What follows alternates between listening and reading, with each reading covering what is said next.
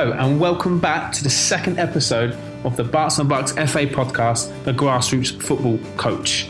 On this episode, Rivo is talking to Simon Millington, who's the county coach developer at Kent FA. On the pod, Simon talks about his journey and why he got involved in coaching. He talks about managing behaviours, bit of practice design, England DNA, the evolution of goalkeepers, and Rivo finishes it off with a bit of trivia, including about Guardiola and Bielsa. Enjoy the pod.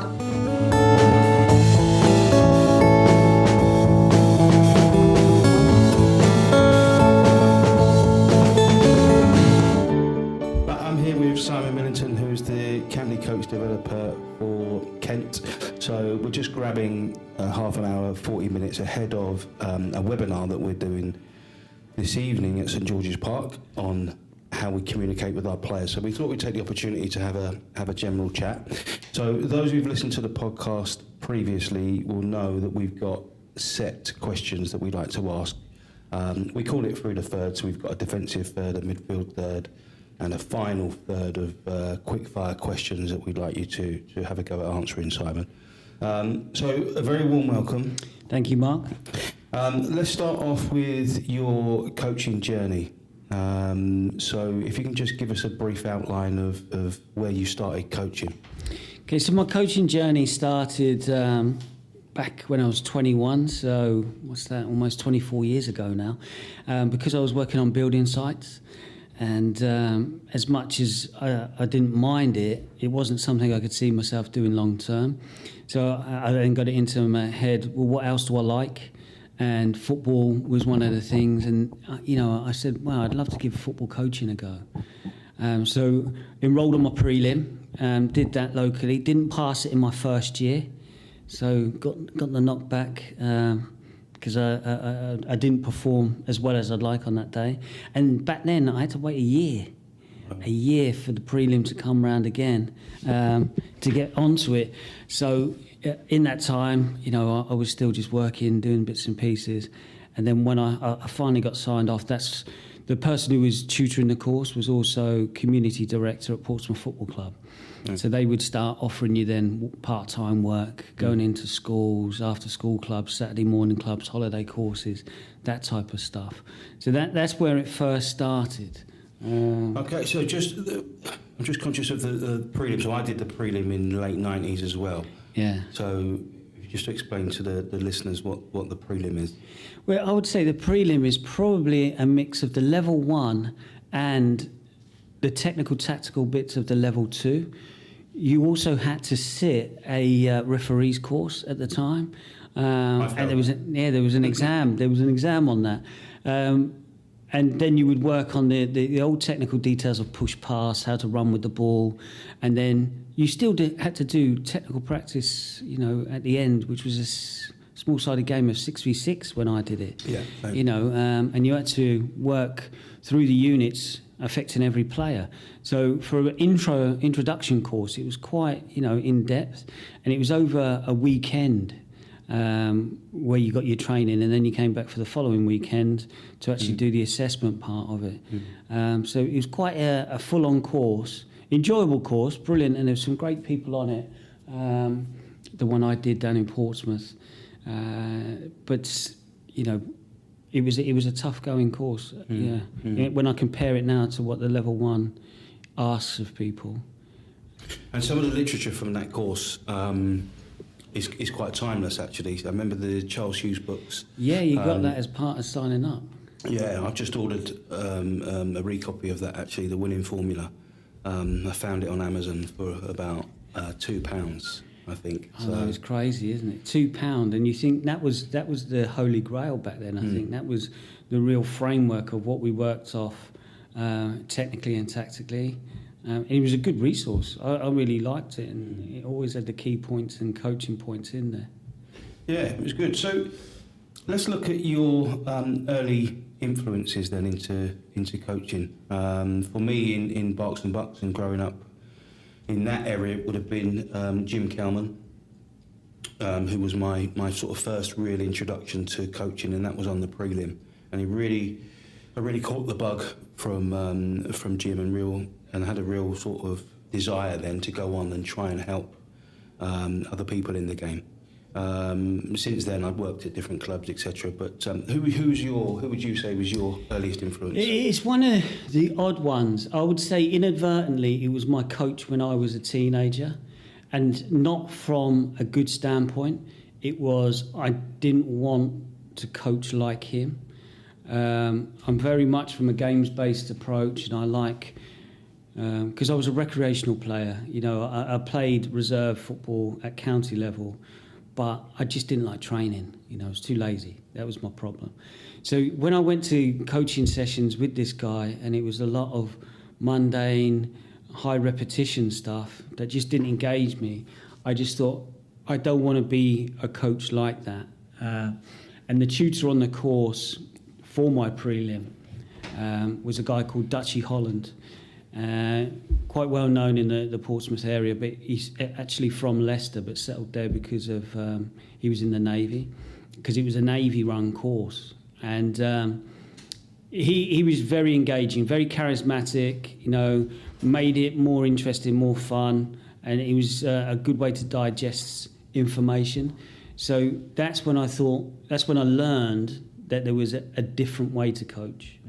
You know, it didn't have to be in lines, lots of high repetition, isolated practice type stuff. There were other things and other elements to it that you could take from the game. That's an interesting viewpoint, actually. As you were talking then about your coach, I'm sort of thinking back to my coach when I was under 8s, under 9s, who is a gentleman who I admire greatly, because now, thinking about it, had 0 coaching qualifications. He probably wouldn't have known where to go and access these, and even if he did want to go down that route. And he was a dad who gave up his time. We trained on a concrete, almost like an extended tennis court. But for me, I didn't like training either. But we were talking about earlier, as a young player, I would do anything that this adult said. You know, and he used to get these big traffic bollards out of the car, and I've said it on previous podcasts as well, but that was training to him, running to 1 and back, 2 and back, 3 and back, line drills, but nothing that looked like the game. Then we were almost threatened, if you like, with, if you behave and if you're good, we might play a game at the end. I mean, the guy who took us, he had no real connection to the group. You know, like sometimes it would be a dad. He wasn't a dad of any of us. And the team that he had coached or had assembled during those years were very, very good. They were county champions, you know, won the county cup every year, won the local cup, won the league cup every year, you know, and he had England schoolboy trialists in there. So he had assembled a very good bunch of players. And I came to that team a little bit later. So trying to break into that team was quite challenging. And because he had his favourites, the ones that he really had known through their formative years, they would always get played. And if any of them were away for illness, holidays, whatever, then you'd probably get a little look in. And that was part of the thing for me was, well, I'm not actually playing much football in training, and I'm not playing much football at the weekend, apart from when people are not around. So I just thought, you know, what there's got to be something more. There has to be more to this, because I absolutely love playing the game. Like I've said, I don't enjoy the training elements in what we were exposed to as training. So like you just said, doggies and shuttle runs, you know, the bleep test would always come out. And it's like, well, okay, this isn't enjoyable. I like passing, I like shooting, I like tackling. That's why I play football. And I came to football quite late. I think it was in school that the PE teacher in our primary school said, "Oh, look, you look like you can play this game." And it was like, "Oh, okay, yeah." You know, then you become the team captain and things like that, and you start to get better. And then when you go into a club environment like that, and it was streamed players, the best selected from that area, and it, you know, to feed that coach's ego a little bit, it wasn't as enjoyable when you're one of those kids on the periphery of that. I'm sure the lads right in the mix of it were still loving it and getting loads from it. But me and the other couple of lads who arrived at the team late didn't get that same enjoyment from it and stopped going after 2 seasons. Okay, that's interesting. Who would you say, coach-wise, you admire today, now, in the present game? In the professional game? Yeah. It's a tough one to quantify that because I don't know them as people. So you only see the personas of these people and what they bring. I'm always more drawn to people who are better people and spend more time and effort getting to know their players and getting the best out of them than I am people who are more on the grass and technical-tactical, which I'd say is probably more of a manager. So coaches-wise, I like what I see with Gareth Southgate. I don't know him that well, but the bits that you see around what he's trying to do with the players, how he's trying to build the team, it seems like there's a lot of player interaction in that environment. Sarri, what he's doing with his players at Chelsea seems more forward-thinking, considering his background. I think he was in finance, and then he came to football quite late, and he's been successful. I think he's just borrowed his leadership skills from another area of his life and applied them to football. And I think footballers respond to that more interactive method than someone being a bit condescending and going, "You're the player, do as you're told, So if I was playing for someone, I'd rather play for someone who just treats you like an everyday Joe, do your job, because that's what you're getting paid for, but also can understand what pushes your buttons to get the best out of you." Yeah, I think that's a good point. We're people first, and you look at the depth of some of these squads now. And only 11 players can play on that pitch for that team. So there's a lot of management to do in terms of egos, etc., of the people and players that aren't playing. So how do you manage that? How well enough do you know your players? So I get your point. There's a bit more than just having the requisite coaching qualifications and being able to deliver on the grass. What happens behind the scenes? I mean, I saw a presentation by Gary Rowett. He came in and around an A licence and he explained that that really hit home to him one day when one of his players, I think it was his captain, was out injured, and for whatever reason he just hadn't been able to get in contact with him on a regular basis because he was focusing on the first team and what they were doing. It then got fed back to him that player was feeling a bit vulnerable because it was like, well, the gaffer doesn't want me. And it was interesting for me to see an insight from the pro game, or hear an insight from the pro game, where you go, blimey. So then he created a communication method where they would try and talk to the players on an informal basis all the time, and they would take it in turns. And it wasn't always football related. It could just be, how's your family, how's things going, heard you're moving house, whatever it is, just so they knew that they cared about them. And it wasn't just football, because if you don't, that vacuum can get filled with quite negative thoughts and people start to think the worst rather than actually being sure, like, oh no, I'm still in the gaffer's thoughts, he does want me back in the team, he's just waiting for me to rehabilitate. I also read an article recently by Eddie Howe, I think it was in The Guardian or something, and what he does down in Bournemouth.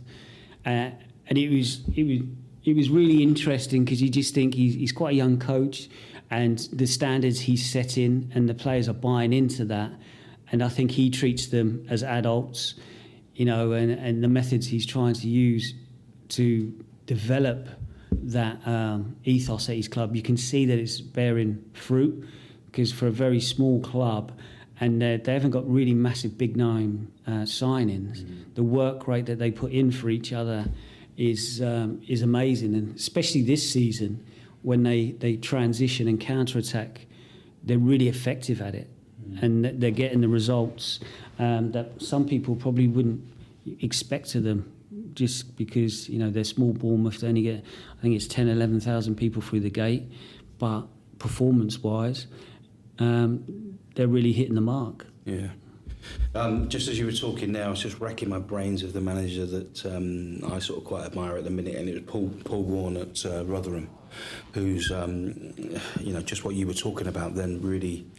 I think he did an interview on 5 Live and talked about being obsessed by people, and found it really hard to believe that one of his players, whose wife had just given birth, and no other players in his team knew of this. They didn't know that this other player had kids, and he was sort of saying, well, this is lunacy. We're supposed to be a team, and we don't know if you've got kids or not. It's crazy. So that for him was of maximum importance in terms of, look, we need to know each other, know we're a team, how do we all tick, and then I think he carries that then out onto the grass. Just moving on, Simon, I just want to know a little bit about, this is sort of based on hypothetics really, but your coaching philosophy, your coaching style, and maybe how's it developed or evolved over the years. Just while you're having a think, for me, I suppose I would have always liked to play, or my teams to play like Barcelona, which I know most coaches that I come across seem to be wanting to play that way now and play out from the back and movement in midfield, etc. But I've also worked with managers, in the Championship and lower down where results are really, really important, and they've looked at personnel and thought, you know what, we haven't got the players to play that sort of brand of football, so this is how we're going to play in a different way. Perhaps a little bit more direct in some people's eyes, but with quality, with a purpose, and with a philosophy behind it. So I'm quite open, really. I don't know if I've got a set philosophy or set way of playing. I just wondered about yourself. I think people who have to get the 3 points have to be quite pragmatic in the way that they apply. But why haven't they got the players would be the question. And does it go back to the formative years of those players' development, that they weren't encouraged to play out through the back, through the thirds, and felt confident and skillful enough to do that? Was it the areas that they were playing on? So did some of those players get pigeonholed too soon, and then were just told, look, you're this type of player, just do this, which then limits them if they come up against people who are a little bit better than them at doing that. So because I've never been under the pressure to do that, it's always, can we play attractive football if possible? My formative years of watching football was at Portsmouth under Alan Ball, and his Portsmouth sides used to play out through the back, and it was attractive football. And for me as a fan, I'd always want to go and watch a team trying to play attractive football. And as a fan, yes, you want to see your team win, but you want them to be a representation of yourself. And those people who just follow teams who are successful and then change every couple of years, I don't get that mentality. You get assigned to a team, really, you watch them, and through the good times and the bad, you try and stick with them. It's painful when your team get a manager in who then goes against that club sort of philosophy of we try to play. So you get someone in who does go, let's get it up to the big lad, pick up some second phase stuff, and then see if we can get some goals. And you think, if I'm paying good money, and you do have to part with good money nowadays to go and watch football, you want to watch something attractive. And if they're not as successful as you would like, call me an old romantic or something, I would rather that than, just go and watch them try and batter down the door, and if they fumble something over the line, I would be more disappointed with that. But the pragmatism is people's lives, their well-being, their mortgages are on the line. So some people feel that's the only way. But what are they basing those decisions on sometimes? Because the previous manager might have got a bit of a performance out of a certain player, but then the new manager's philosophy is, I'm going to bypass that player and just get the ball forward as quickly as possible. I think if we can help players recognise when to play long is the most effective pass, and when to do through the thirds then I think that's a better choice, because then at least you're allowing them, you've employed them for a reason. Trust them, let them show you what they can do. And then, if you can't support them, coach them, manage them, then you have to think about other ways of getting a good performance out of them. So that's what I try to coach is, can we be attractive when we play? But realising that, some players aren't as confident doing that, but that's where the coaching bit comes in. And you go, well, why? But I'm not in the position where I'm working with senior players in an elite environment where 3 points is key. So until I experience that, or if I ever do, I wouldn't be able to answer that element as fully as possible. But going to sort of grassroots football, how important do you think it is to have a coaching philosophy? So it's something that we're quite familiar with now in terms of when we deliver level 2 and UEFA B courses, the coaches that subscribe to come onto those courses have to be working with the team and have to demonstrate a playing and coaching philosophy. We're sat here now at the minute at St George's Park, and for me, I've been with the Football Association now for the best part of 8 years, but this is probably the rosiest that it's looked for me, not least because we have, in the England DNA, a coaching and playing philosophy. Now, historically, we would have gone to France, to Clairefontaine, and had a look there and see what was going on. Oh, Spain are doing something nice, let's go and have a look at them. Belgium, etc., the list goes on. Now, we seem to have this foundation that we work from, which starts to be, it looks like it's starting to bear the fruits with, the success of the England youth teams and the success that the first team's getting on the pitch now. But we have an ideal way of playing, in possession, out of possession, positive and negative transition. But not only that, a coaching DNA as well. Do you think that's important? I know it wouldn't be in that much detail with grassroots coaches, but do you think it's important to have a kind of philosophy, a way of playing, both in and out of position? I think it is, because it gives you a foundation to work from. And it gives you a reason to do what you do. So if someone said to you, why do you do what you do? You can just say, well, I like to see football played in an attractive way. The way that we try to do that is through the thirds, skillful players, whatever it is that coach believes in. And then they have to justify for me, well, I do these type of practices because I think that helps the players develop more of that decision-making side of the game, and recognising, well, when should I dribble? How should I dribble? When's the time to release the ball? When's the time to support my mate with a good run off the ball? So all those elements, if a coach can start to think about that, and I always say to the ones that come onto courses, it's evolving. So get yourself something that kickstarts that, and then over time it will evolve and change and tweak. And don't be afraid of that. Go with that and understand that, well, as I develop and learn more about people development, about coaching, about the game, as they study more, then they might start to drip feed in different elements that they think, well, actually, that helps me understand why I do what I do more, and it also is more effective for the players, because I find with beginners in anything, you don't really understand, so it's quite a difficult start point. But once they start it, they can then go, well, this is why we do it. The parents can understand why they're trying to do it, and the players have an understanding of this is what we're trying to achieve. I think it's important. It shouldn't always just come from the coach. The coach can kickstart it and say, this is what I think. But if they're going to be working with those players for a while, especially in the grassroots, how do we want to play?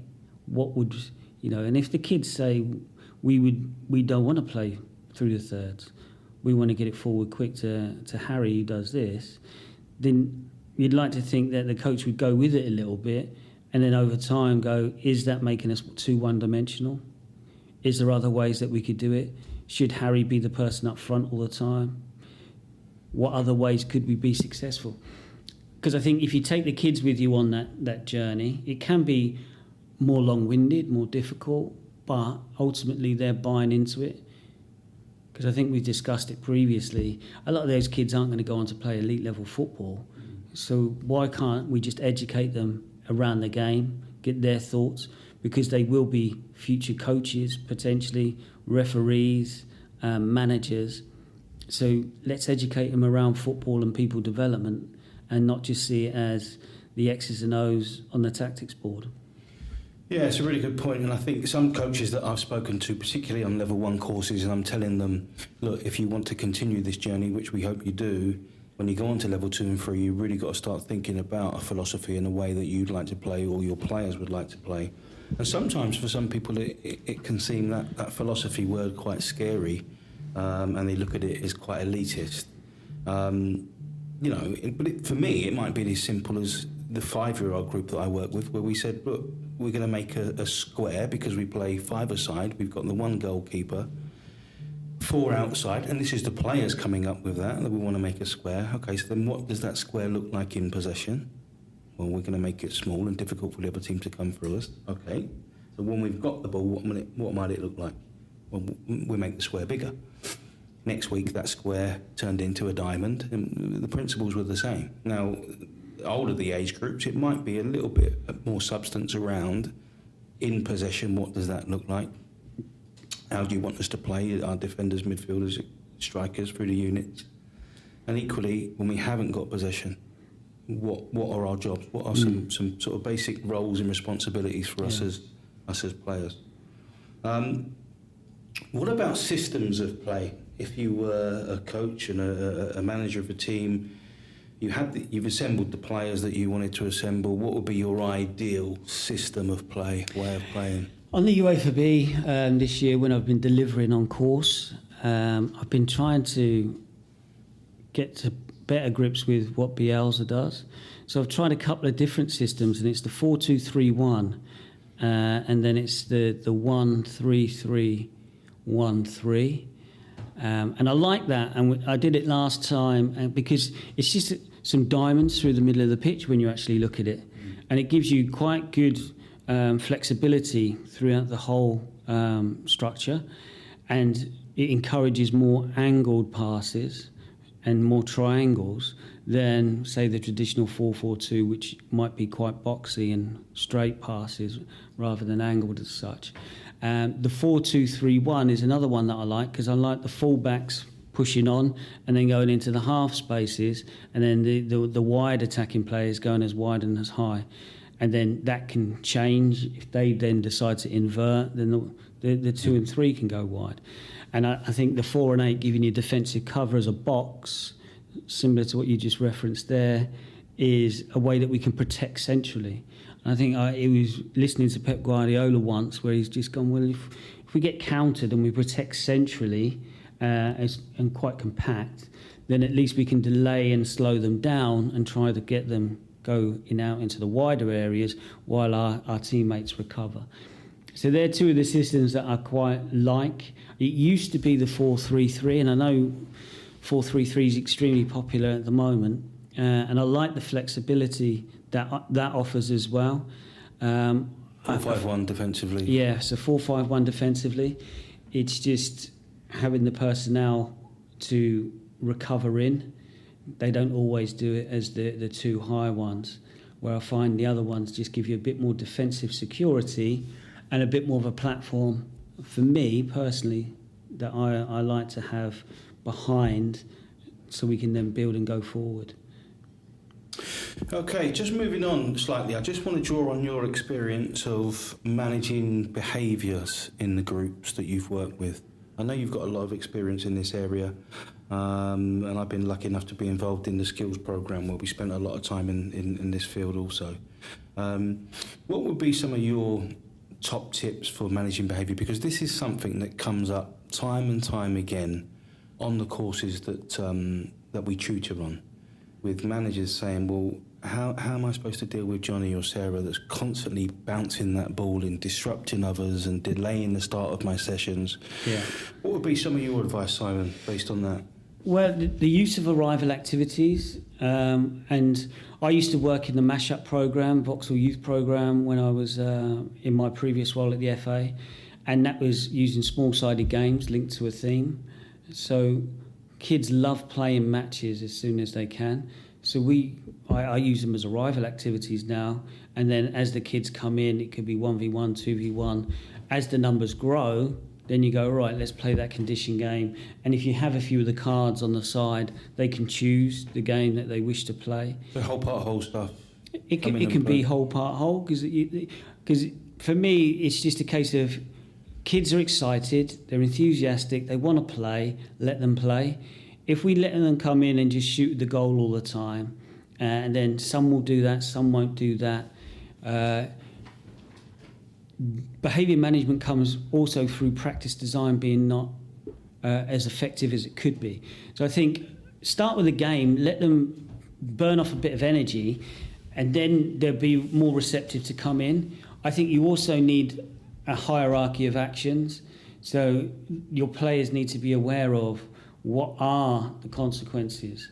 So when we do level 2 and we talk about managing behaviour, the first thing that I always say to coaches is, if your practice design can be great, then brilliant, they're busy and active and they're on it.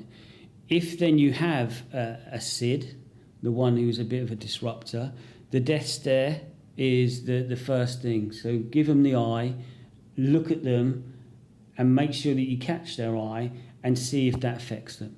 For someone who is a SID, that might not be enough because they're probably used to looking for attention through their negativity. So they don't mind that because you're giving them the attention that we want. So one of the guys that helped us on the youth programme, Murph Roberts, I think his name was Roberts, he would say isolate them. So the ones who are listening, focus your time and efforts on them and just go, right, you guys are listening, brilliant, well done, off you go, and starve that child of the attention that they seek, because they either want you to tell them or highlight that they're being a bit of a pain, or they want you to start praising them because they're doing it. And it's just because they're attention seeking sometimes. So starve them of it. If they continue to be disruptive, it links to the stuff around, are they impacting on safety of others? Are they impacting on the learning of others? And are they being disrespectful to others? If they're impacting on safety, learning, and respect, then we need to go to the next one, where it could just be the tone of voice that you use when you say their name. So if you go, Mark, do we think that's the right thing to be doing at this moment in time? It could be then that they go, oh, okay, yeah. But I listened to a colleague earlier today who was on another podcast saying about the framing of language and using language to go, here we do this. And it's part of that culture, that philosophy that comes into it. So when we frame things, it could be we frame it positively and we go, Mark, here we don't bounce footballs. Mark, we like to keep the ball still when the coach is speaking from a respect angle. Now, we all know that kids are up and down. They have chaotic lives, some of them. Some of their home lives aren't as pleasant as others. So they could be coming from a place where, they don't know how to conduct themselves. And that's part of the education of a coach sometimes, is to go, well, this is what we're all about here. And if you do that, there's a danger that someone else could get hurt. So then you have to speak to them, and I usually say, come over here and have a chat with me while the others are playing, and just take me through why you're doing what you're doing. And usually they can't explain it. They usually just go, oh, sorry, yeah, I forgot, I was just doing this. And and you try and highlight to them, well, what happens if you accidentally do this and so gets, would you like to be that person on the receiving end of a ball in the face because someone miskicked it? And they buy into that a little bit. If then they don't, you do have to go to the next level of, can you sit out for a bit? I think you need to calm down. And then if it keeps persisting, you do have to have that conversation with the parent eventually to go, look, I've tried this, I've tried that. We need a discussion now about other methods that you use that will help, what does they respond to at school? What do they respond to at home? So then you've got a good understanding of where that kid's coming from and what methods they respond to. And then you can start to be consistent in that. And I think if it then persists beyond that, then you do have to think about the welfare officer and maybe exit routes for the child to go, look, we've tried our best. You don't want to listen to what we're trying to help you with. But have a hierarchy of actions. I find that coaches, unfortunately, don't consider the language that they use. They don't consider going through stages. They just go 100 miles an hour, blow their stack, and then the kids are going, oh, that's a bit disproportionate. So it's just the subtle methods that might help most of them, because most kids are decent kids. They'll do what you ask them to do. It is the occasional one, and it's just having strategies in place to deal with it. And I suppose the sort of common misconception with stuff like that is that, you're raising your voice, so I'll raise my voice and sort of shout louder, but then, of course, everyone else shouts louder, and before you know it, it's mayhem. Yeah. I can say I like the stuff around the sort of isolation, and it might be just as simple as turning your back on the individual, so they've got to sort of scramble to come around and listen, or when you call the group in, Johnny or Sarah's last to come in quite often, so do you know what, I'm just going to start. Yeah. So then they come in and, well, what are we doing? Well, I've explained it, so now you're going to have to find out from someone else. Because when we go out to observe, and I'm sure you see it, it's usually coaches' behaviours, coaches' practice, which are the causes of this. They're using line drills where kids are in line, so they're going to flick each other or they're going to be annoying to each other. Or when they come in, they speak for far too long, so the kids start to drift off. Then they start to go, well, what else? I might start being a bit disruptive. So if coaches could be more succinct with their information, think about how they're going to transition from one practice to the other, what the intervention times are, how long kids can have a drinks break. And I say we've all got fidgety kids and they gravitate to the ball. I just say if you can't keep it sensible, give it to someone who can. And then they know, okay, I've got to give it to someone, because those fidgety kids will always want something to fidget with. Now, if they're safe and they're not doing anything that's disruptive, you might go, well, I'll let you fidget with the ball because I know you're still listening, but that's something to keep you concentrated. Where if I take the ball, you then don't know what to do with yourself. So it's just knowing your players and going, well, do they need the ball? Should I take it off them? If they have the ball, what's the dangers? And it's making all those quick decisions where knowledge and experience, I think, gives you that platform. But I think coaches need to practice different ways for them to manage their group of players. Yeah. I get that, and to sort of caveat that, I've seen some very good coaches out there that do exercise some of those points and exercise them very, very well. But this is where this podcast for me, hopefully, will be quite useful with some of those key points that perhaps we don't have enough time to go into depth with on our courses, but for me are so valuable, so valuable. And I like the stuff you said about the practice design, because for me that's up there. I've seen it many a time where as a coach there's a bag of balls at the side, as an arrival then we've got one ball doing a rondo in a circle with about 20 players on a freezing cold night, and guess what, I'm bored and now I'm going to be disruptive.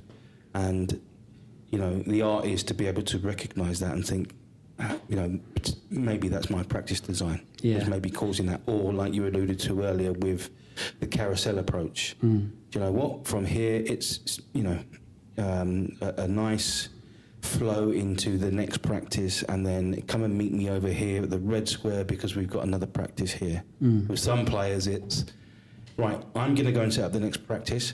Please don't mess about. And you're over there, you look around and there's balls flying everywhere, and it becomes a health hazard.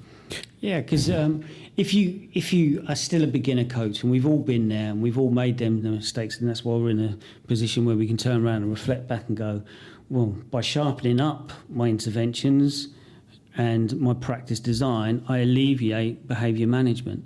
But if you can't do that, I always have intervention activities while I set something new up if I have to change the area and it requires me. If I can't get the players to do it because I need it done in a certain way, then it could be, okay, get into pairs, practice the Maradona 7, do one touch, one bounce, do a little bomb the base activity, which is clipping the ball from your ball onto someone else's. So they're doing something purposeful rather than just, you guys just do that while I do this. It could be that you depending on the age group, you start them to discuss what they're doing well, what they'll do better when they come back into the next practice. Because if you've got the theme of, okay, we're looking to support the player on the ball better by passing options, okay, what does that mean to you? Okay, what are you going to do? If you were to scale yourself on a 1 to 5 and you're a 2 currently, how are you going to get to a 3? And then they're at least engaged in another way because they do need to recover, get a drink, have a discussion, because if they're constantly active, it could be then that they get fatigued, and that could lead to behaviour management because they're getting tired, they've been at school all day, and they're just cooked.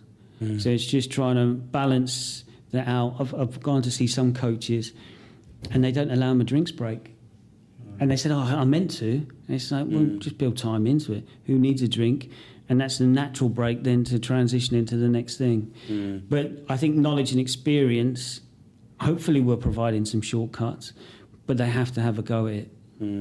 What you said earlier about the numbers and giving yourself a score out of 3 just leads me on to my next point, really, which is about dealing with the difference within that group, particularly in that foundation phase, and just some ideas and some advice around that, because again, historically, I just think of my coaching sessions and we were all just thrown in together, and we were talking earlier about sort of classic, right, now we're going to make it harder, we're going to go one touch. When you draw it back, there's a third of us maybe that are capable of doing that, but the rest of the group struggled with 2, 3 and 4 touches. But now you're asking us all to go one touch. Yeah. What advice would you give to coaches around sort of dealing with difference within a group like that? What I've started to do is ask them to create their individual objectives for the session. So if it's something that they're trying to get better at, and if they're a high flyer but they're trying to make something that they're already strong at stronger, okay, how are you going to do that? So if it's passing range over 20 yards and they're quite good using the instep or chipping the ball, it could be finesse for them. It could be, all right, I'm going to try and bend it. I'm going to try and bend it with the inside of my foot or the outside. But I did a grids practice the other day where I asked the kids to do that. So set yourself an individual objective linked to this, and you pick the pass type. All you have to be mindful of is the safety of others. So if we're going to try and clip the ball over a longer distance, can we make sure that we're not hitting others? And it could just be their receiving touch. So I find when I watch a lot of young people nowadays, their aerial control in the grassroots is not as good as it could be, but I don't know if people still work on that. But if we're not sending the ball in a variety of ways, then kids aren't getting used to it. So if they train on an AstroTurf and it's always, let's pass the ball along the floor, then they get very good at that. But when do we clip it? When do we say, deal with that one that's coming from a greater height, a greater distance? Now, we know that some kids' perceptual skills as they're developing won't be able to do that, but they could still try and get in line, and then the selection of what body part to use could then be, what they start to work on. So I always ask the kids, do you need to make it harder for yourself? Do you need to make it a little bit easier in relation to this? And then we build it up and go, right, can you take what you practice, say we did it in a practice that was contextual interference, so no direct pressure, but a practice where they were practicing lots of different techniques, and then we go into a game with direction. Can you practice what you've done there now into the game? So they're trying to transfer some of those elements into the game at the end of the session. If it comes at the end, it could come in the middle, like the whole stuff. and then take that into match day, so link in the training session objectives that they've set themselves into match day. And then that conversation is just, as the coach, what have you set yourself today? What would you like to try and get better at? How are you getting on with it? Is there anything I can do to help you get better at that? Because those discussions, it goes back to people first. It's those discussions around each player and not just gravitating to the ones that are a pain, ones that are brilliant. It's trying to be equitable and get around all of them, and maybe using your assistant, if you've got one, to help you do that. Looking at that, dealing with difference, we've got some sort of phrases that we use, haven't we? So we've got the ones that are striving to keep up, the copers, the ones that are coping in the middle, and the ones that are forging ahead. Do you think we're guilty, I think probably maybe I was, of perhaps focusing our attention a bit more on the ones that are striving to keep up, and the ones that are forging ahead, perhaps they sort of get left and maybe neglected a little bit? I don't know. Maybe personally I was guilty of that in the past. Do you think generally, what would the consensus be? It's hard. It's definitely hard to answer that definitively, because in different situations you may want to try to help the ones who are struggling. I think it goes back to your practice design, where if they've got choice on what they work on and how they work on it, it doesn't matter too much on the quality of what they're doing, because what is the perceived quality? Who are we benchmarking against? I think for all players it should be individual. So ipsactive assessment, can I be better than my previous performance? How can I try to be better? So if they're not great at dribbling with the ball, but over a few weeks you get them to feel more confident, they can travel a little bit faster with the ball, they can start to lift their head and look where they're going, then it's just being patient enough to go, okay, that young person's still getting a lot. Then I think just using those phrases of, okay, stop there, how could you increase the challenge for yourself? Then even the ones that are forging ahead can go, well, how could I make this more difficult? I know, I'll do this. And then it's them being creative with their decisions on, well, this is what I would do. And if you see something where they're struggling or they're not quite executing it, it could just be going, what are you trying to do? How could I help? Is there anything that would improve that? So they know that you're still concerned and interested in what they're trying to achieve. It could also then be that you share that with the wider group and go, hey, look, what so-and-so's doing. Why don't we practice that? Brilliant. What about the training session as a whole? How would you overcome problems with that training session? And by problems, I mean, it might be, and I appreciate there'll be a lot of coaches listening to this, so it's great what you're saying about getting in and setting up for carousels, etc. But we train at goals, let's say. We start at 8, we've got to wait right up until that last minute before we can even get. And then there's a stampede, etc., etc. So maybe eradicating potential problems like that, restriction of areas that you're working in. Another thing that comes up quite frequently with the coaches that I work with is odd numbers. I actually quite like working with odd numbers now, but I get it. When I first started coaching, I'd want that 5v5 or 6v6, that nice fluffy number. Perhaps kit and equipment. I get it. In this foundation phase, the coaches that I go around, there might be a bag of balls. No two look the same in that bag. A couple of bibs, some broken cones. So just drawing on your experience, really, Simon, what are some of the tactics and strategies you might use in terms of making the most of the facility and equipment that you have?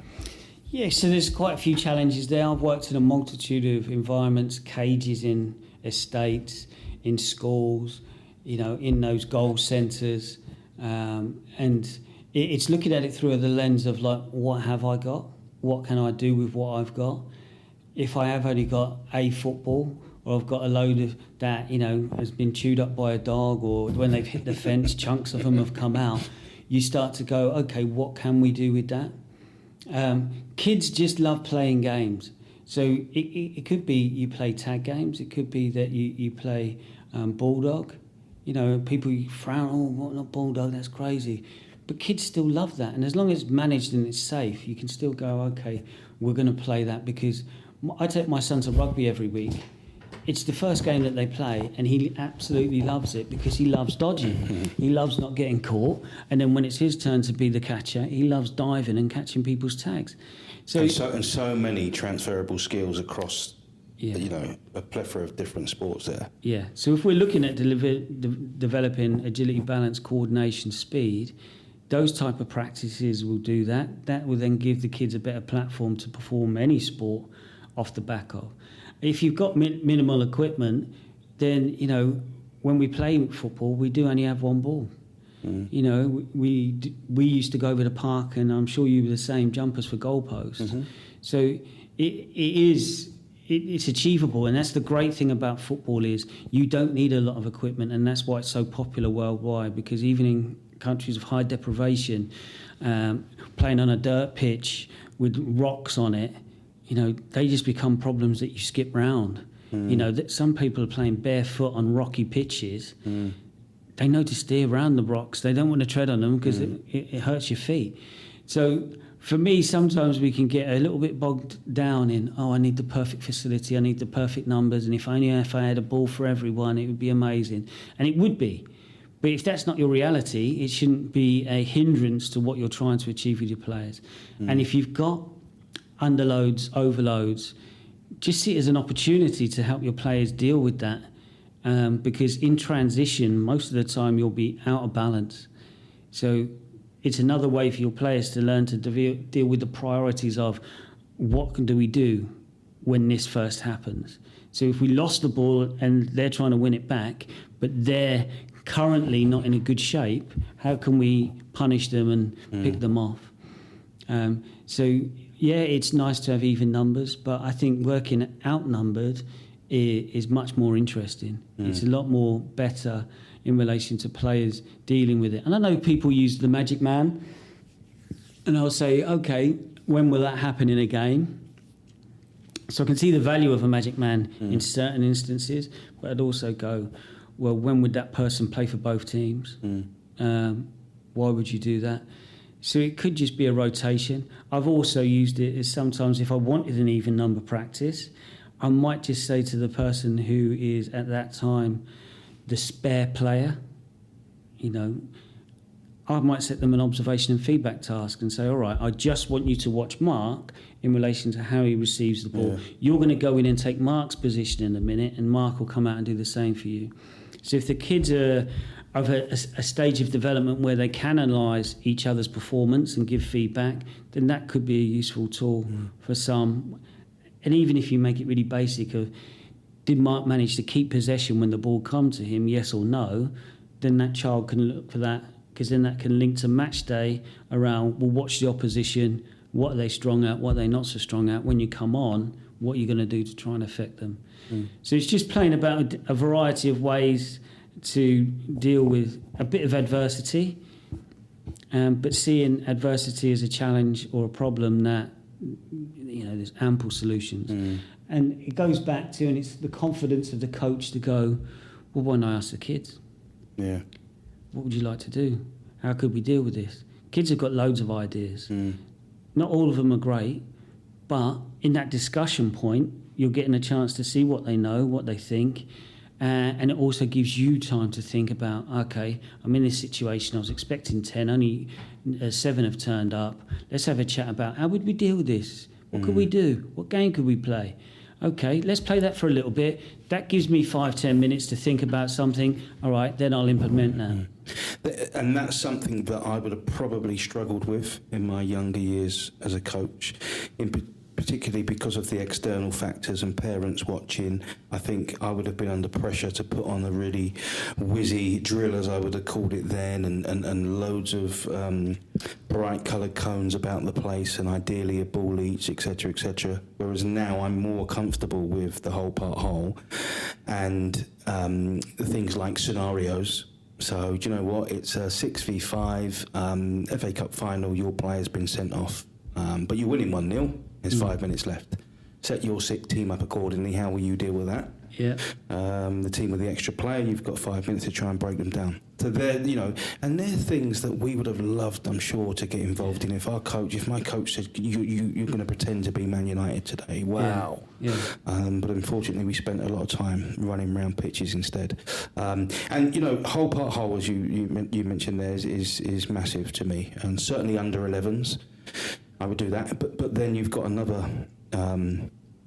Not issue really, but you've got parents watching that are probably expecting stretches and a proper 10, 15, 20 minute warm up, and then you've got that of, well, hold on a minute, they're just playing a game. But for me, it's maximising those opportunities. I would say educating parents is one of the key things people need to do pre-season. Look, this is going to go out to a load of Berks and Bucks coaches, and there is nothing wrong with a coach keeping it to himself, but where's the value in sharing it? Why not listen to it on the way to the game with the kids in the car? Why not play it at a meeting with parents? For me, the coaches need to share the resources they get and go, this is where my ideas are coming from. Mm-hmm. It's backed up by research that the FA do and other academics do, and that's what informs their decisions because they believe that's the best thing for developing young people. So let the parents listen to it. The ones that want to challenge you on it and go, I don't believe that because so-and-so, you can go, well, okay, do you wish to be the coach of this team? No. So you've asked me to do it. This is what I believe. I want you to be involved and support me on that. So how could you do that? Because, yes, there's traditional ways of maybe, and there's lots of value in what happened traditionally, but there's also lots of stuff that wasn't so great. So people need to pick the bones out, what was brilliant, what's not so brilliant, and share with parents, what effective coaching is. They can stand there and say, well, you should be more demonstrative, you should be shouting this, there should be loads of coloured cones, and they should be doing that, and it's high instruction from you. But where is that based from? It's probably their own experience that they've been exposed to. Learn behaviours from school and things like that, yeah. So are they up to date with their own knowledge? If they're not, then the coach needs to be confident enough to push back and go, well, hang about, I've been on a course or a couple of courses. This is what I'm being taught. This is why they're teaching us this. This is where I'm coming from. What are you backing your things up? If it's just personal experience, I can take that on board. But when did you experience it? They then say, 15, 20 years ago. Well, you'd say, well, okay, would you still use a Dyson from 15, 20 years ago? And they'd probably say no. Why? Because it was probably version 1. Okay, so why would you rather have version 20? Oh, because it's better performance. And it's just trying to make parents see it through a different lens. And I always try and make it relatable to their context. So if they're a businessman and you said to them, well, to be an effective business, what do you need? Do you want to keep repeating the stuff that's from the past that may have worked, may not have worked, or would you want to be more innovative? And if they still say, well, from the past, they probably won't be a very successful businessman because they need to evolve. But it could go back to the behaviour management stuff. There comes a point where you have to say to that person, I don't think we're going to be able to get along. And I'm going to be running the team, and for me to be happy and for the kids to be happy, it's probably best that you find a team where you'll be happy with your child, because I'm not fulfilling that for you at this moment in time. I find it fascinating, and as you were talking then, I was thinking back to when I played football at break times, and I remember a space in between the English and the science block, and there was probably anything between 20 and 30 of us that wanted to play each break time. There would be, I can see it now, just an old battered tennis ball that someone had found, I think. But we made it work. We made it work. There was no adult, there was no teacher telling us what to do. We had the set rules, you score and you're through, or whatever it may be, and we that would carry over then to lunchtime and the last break of the day. We'd know who was through, etc. But I tell you what, at under 11s primary school, there was no warm-ups. We didn't even think about, do you know what, before I kick that tennis ball, I need to go and do a few laps and stretch my calves. Yeah. That didn't come into it. We were straight into that jungle where there was 20 people and we had limited space and we had to deal with the ball in those tight areas. Yeah, and I think that's a really valuable point around. You didn't warm up and do dynamic stretches and everything prior, because your break would be gone. You know, so a young person's body can go straight into it and can, you know, get quite hot quite quick and be ready to play sport. Okay, last question in this section before we move on to the final one is just the differences in your opinion and how football has evolved from when you started playing and coaching the game to what it might look like now. Yeah, I think it goes back to the bits I mentioned about Bielsa and Pep Guardiola. As I've started to be more exposed to their philosophies and thoughts on things, the way that they occupy spaces on the pitch and get their players to then execute what they occupy, it's really interesting for me. Because coming from, you know, traditional coach education methods in England, and 4-4-2 was the staple diet of that. Yes, there was other formations and people deployed them, but I think the way that coaches are now thinking around how do I utilise space, how do I maximise the areas that I do, and you know, I could be doing people a disservice. They might have been doing that previously, but I wasn't exposed to it, I didn't experience it, so maybe I see more of it now. I think the way that it evolves is the rule changes. So, you know, it's good to hear that the Premier League's going to introduce VAR next season. How will that impact on people trying to con the referee? I think we saw the positive impact of it in the World Cup, and people starting to get pulled up for things that they were doing, you know, the dark arts as they're labelled. And it should hopefully increase the integrity of the game long term, because I think people will start to go, you know what, we're going to get pulled for this. We're going to get retrospective stuff. Or actually, with VAR, and as they become more effective of using it, we're going to get punished in the game, and it could lead to 3 points, and managers will start to go, hey, look, you cannot do these things anymore because it's going to cost us. So I think the evolvement will be, it seems to be getting faster all the time, and what people can execute at speed nowadays, technique-wise, is amazing to me. You know, you used to watch Thierry Henry and some of the things that he could do at speed, but that seems the norm now. That seems to be that all these players can do magnificent things at speed, and you know that the impact on defending then is it's a lot harder to defend. And if you start to eradicate them fouling or, you know, tactical fouling, because VAR will have an impact, I think we probably could see more entertaining and more high-scoring games. Yes, there'll probably be the teams similar to what England internationals previous, where teams would just sit in. You may get teams who know, oh, we're playing a team that's amazing, so we're going to sit in.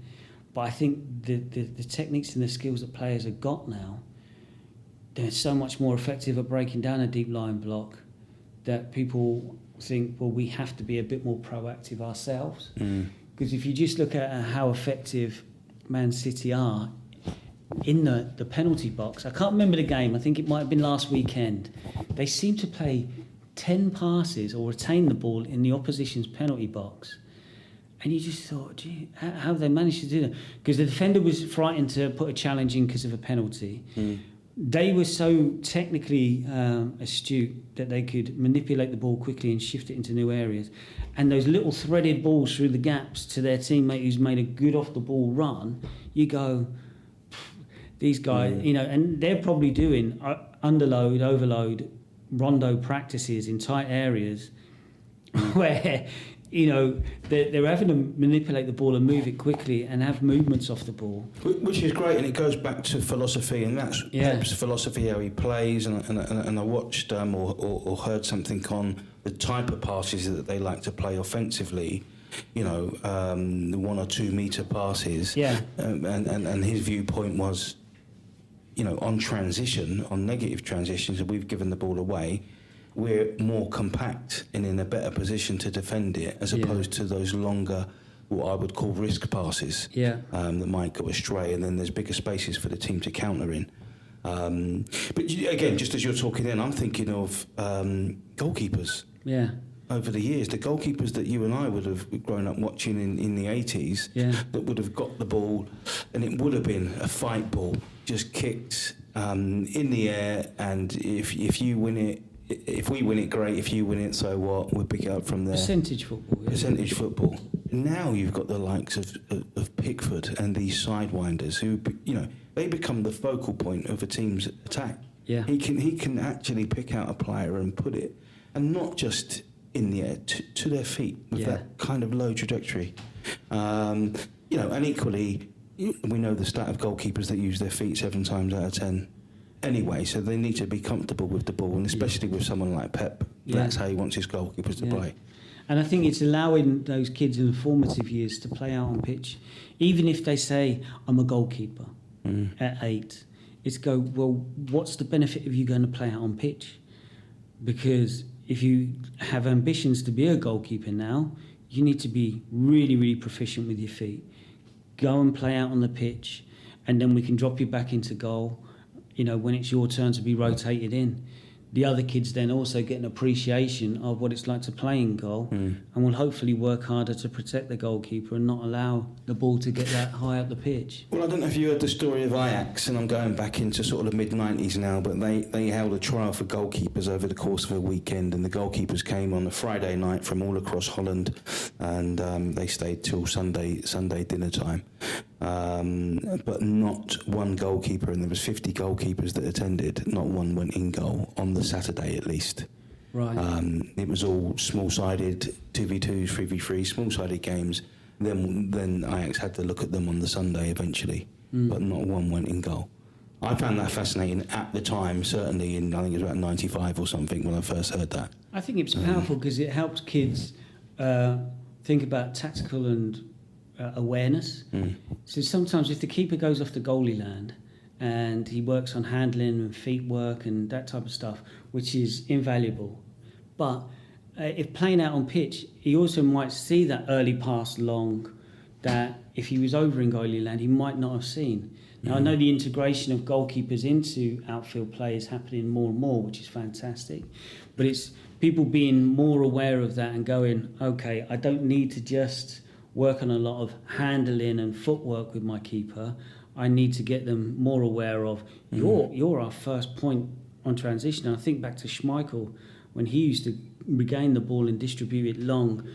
And I'm thinking of Casper's dad, not Casper, and catching it and then launching the ball. And Man United was so exciting to watch then. But he was that point of, I can distribute it that long, even with his arms. He could get the ball over the halfway line. To Giggs, Kanchelskis on either wing. And, like you say, Pickford and the like, their accurate distribution now is amazing.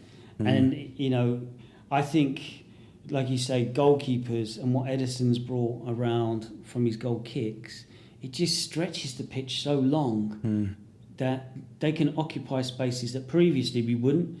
It would have been, let's get compact on one side of the pitch, scrap for it, and then try and break out of that area and do... Now they're playing so high and wide, the pitch is so stretched, they don't know who to pick up, ideally, because he can drop it into someone with such accuracy and distance that defenders don't really know where to position themselves as effectively as maybe they would have liked to previously.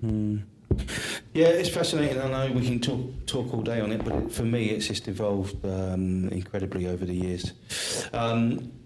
Okay, the last leg of our talk today, and I'm conscious we've gone over an hour already, but it's been a fascinating chat. So these are the quick fire questions, Simon. So it's just one word answers really. Unfortunately, we haven't got the time for you to go into detail and justify your answer. But as best you can anyway, just one word answers. So we've got 10 of them. So this is number 1. Guardiola or Mourinho? Guardiola. Okay, this one's a bit tricky, I think, the coaches, but through the thirds or direct? through the thirds. Okay, you want to elaborate? I'm not allowed to elaborate. No. Yeah, so through the thirds. Through the thirds. Okay. Question or answer or command style? Question or answer. Question and answer. Question and answer. Number 4, constant or random practices? Random. Okay. 5, Barcelona or Real Madrid? Depends on which team, but Barca. Okay. 6, foundation phase or youth development phase? Youth development phase for me. Okay. 7, striving to keep up or forging ahead? Forging ahead. Okay. 8, stop, stand still or drive-bys? Yeah, because it's quick fire, I'll say drive-bys. I will just add, I'm not sure if I've sort of cleared this up on previous podcasts, but drive-bys are sort of the one-to-one interventions where we can almost allow the game and the session to flow, and I can just pop in and just get a point across. Number 9, passer or dribbler? Oh, I was a passer, so I like passing. You're going to stick with that? Yeah. Okay. Number 10, I think I might know the answer to this. Premier League or La Liga? Premier League. I agree with you. So, in conclusion, if you had one message to any coaches in the game, whatever level they're coaching across, that would help them on their journey, what would that message be? What would that one piece of advice be to that coach? Connect to your players, show them that you care about them and you want to help them get better. And that's all of them. It's not just the ones that you may take more of a shine to. That would be the big message for me. Brilliant. Well, Simon, thank you very much for appearing on our podcast. We've gone through all the questions and I've found it extremely fascinating. And we've gone 1 hour, 10 minutes. Perfect. Thank you. There you go, another episode complete, episode 2. Thanks to Simon, thanks to Rivo. Brilliant stuff to hear. I know I found it valuable, I hope you did too. Up next on episode 3, we have affiliate tutor Mick Lewin, who will be sharing his experience with grassroots football and his journey. So thank you very much. Please don't forget to subscribe so you'll be notified of the next pod and when it's ready. In the meantime, thanks very much again for listening and we'll see you soon.